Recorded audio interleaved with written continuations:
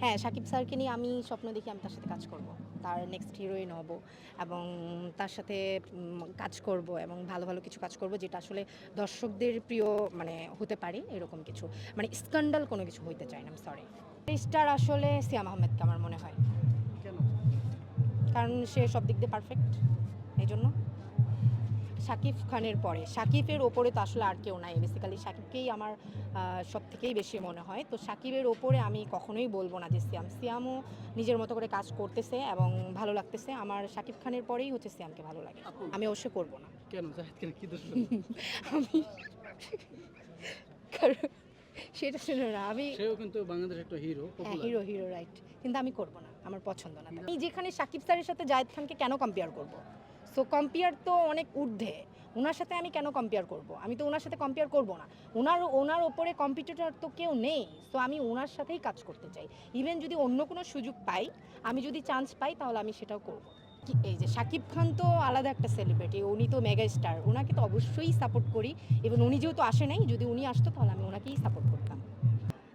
Basically এটা আসলে যার যার পার্সোনাল ব্যাপার, যদি উনি না মানে তাহলে ওনার এটা ব্যর্থতা। তো আমরা অবশ্যই শাকিব খানকে আমাদের বাংলাদেশে পেয়ে, সুপারস্টার না শুধু, ওনাকে পেয়ে আমরা গর্বিত। কারণ ওনার মতো একজন স্টার বাংলাদেশে না মানে আপনারা কিন্তু অবশ্যই বরবাদ দেখেছেন, আমি কিন্তু সিনেমা হলে গিয়ে বরবাদ দেখেছি।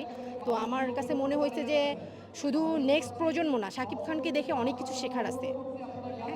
নাটক থেকে নায়িকাকে সিনেমায় কি হিসাবে, এটা খারাপ কিছু না। আসলে নির্মাতারাই ভালো মতো করে জানতে পারবে যে কার মধ্যে কোন প্রতিভাটা লুকিয়ে আছে। তো এখন দেখা গেছে যে এখানে যাকেই মন চায় তাকেই নিবে এরকমটাও না।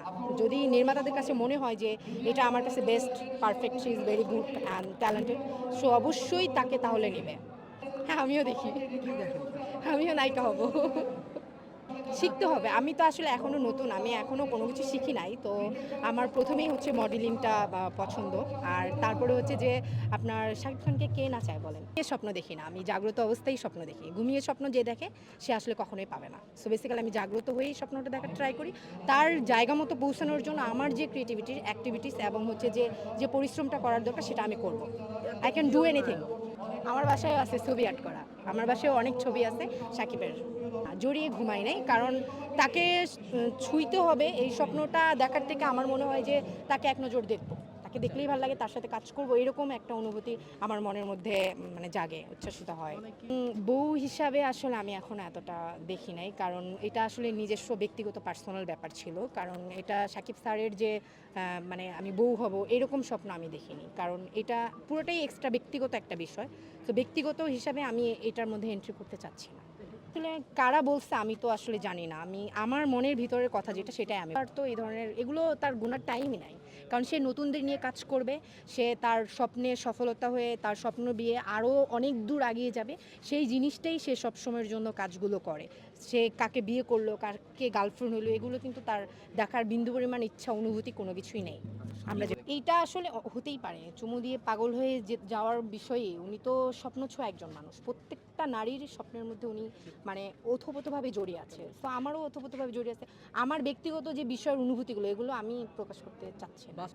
আমি ওনার সাথে শুধু হ্যান্ডশেক করেছি, আর তো কিছু। হ্যাঁ, আমার কাছে মনে হচ্ছে যে পৃথিবীর সব কিছু পেয়ে গেছি এরকম।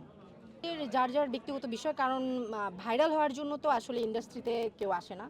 ভালো ভালো কাজ উপহার দেওয়ার জন্যই মানুষ ইন্ডাস্ট্রিতে আসে। নায়িকারা বেসিক্যালি সবাই ভালো ভালো কাজ করতেছে। আপনারা দেখেন মেহজাবিন আপু, তারপর হচ্ছে সাবিলা নূর তাণ্ডব করেছে, ইভেন বুবলি আপু কিন্তু অনেক ভালো কাজ করতেছে। তো সবাই আমার ফেভারিট। আমি কার কথা কাকে বলবো, কার কথা কাকে বলবো এটা আসলে বলা মুশকিল হয়ে যাবে। প্রপারলি সিঙ্গেল, আমি স্টুডেন্ট, আমি পড়াশোনা করতেছি, আমি নতুন, আমি এই পথে যেতে চাচ্ছি, আগ্রহী। অনুপ্রেরণা পেলে আমি অবশ্যই করব, কিন্তু আমি মরে যেতে পারবো না। মরে গেলে তো তাকে পাওয়া হলো না।